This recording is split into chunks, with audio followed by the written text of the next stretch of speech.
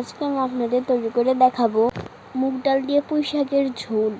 দেখতেই পাচ্ছেন আমরা ক্ষেত থেকে টাটকা টাটকা পুঁই শাক উঠিয়ে নিয়েছি।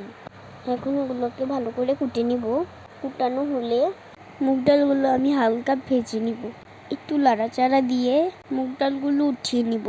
এবার কড়াইতে পরিমাণ মতো পানি দিয়ে ডালগুলো ভিজিয়ে হাত দিয়ে লাড়াচাড়া করে কড়াইতেও পানিতে ডালগুলো দিয়ে দিব। ডালগুলো বলক আসলে পরিমাণ মতো লবণ, হলুদের গুঁড়া, মরিচের গুঁড়া, আদা রসুন বাটা আর পেঁয়াজ কুচি দিয়ে লাড়াচাড়া করে নেব। বলক হয়ে আসলে ধুয়ে রাখা পুঁই শাকগুলো অল্প অল্প করে ডালের উপর দিয়ে ঢাকনা দিয়ে ঢেকে দিব।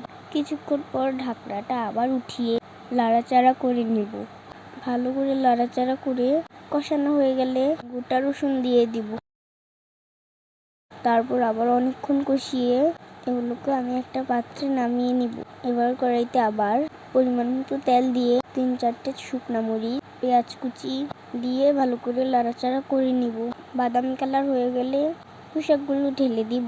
এবার পুঁই শাকের উপর কুচানো ধনিয়া পাতা ছেড়ে দিব। এর তো আমাদের হয়ে গেল ডাল দিয়ে পুঁই শাক। দেখতেই পাচ্ছেন অনেক সুন্দর হয়েছে। তো কেমন লাগলো ভিডিওটা জানাবেন। আমার পেজটাকে সবাই ফলো করে দিবেন।